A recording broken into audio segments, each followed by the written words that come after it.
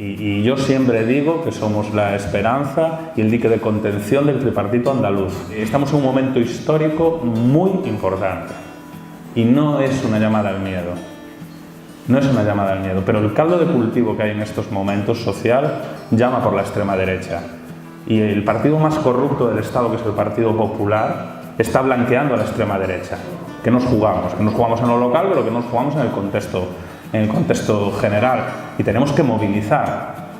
Esto no es una broma, esto no es partitocracia, esto no son instituciones asépticas que las miramos con distancia. Aquí nos jugamos el modelo de ciudad que queremos y también nos jugamos pues, el futuro. I nosaltres queremos otro futuro. Això només s'arregla votant.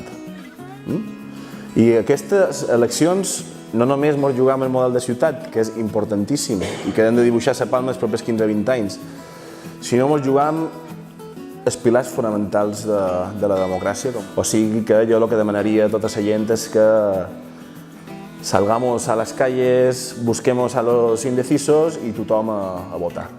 Moltes gràcies.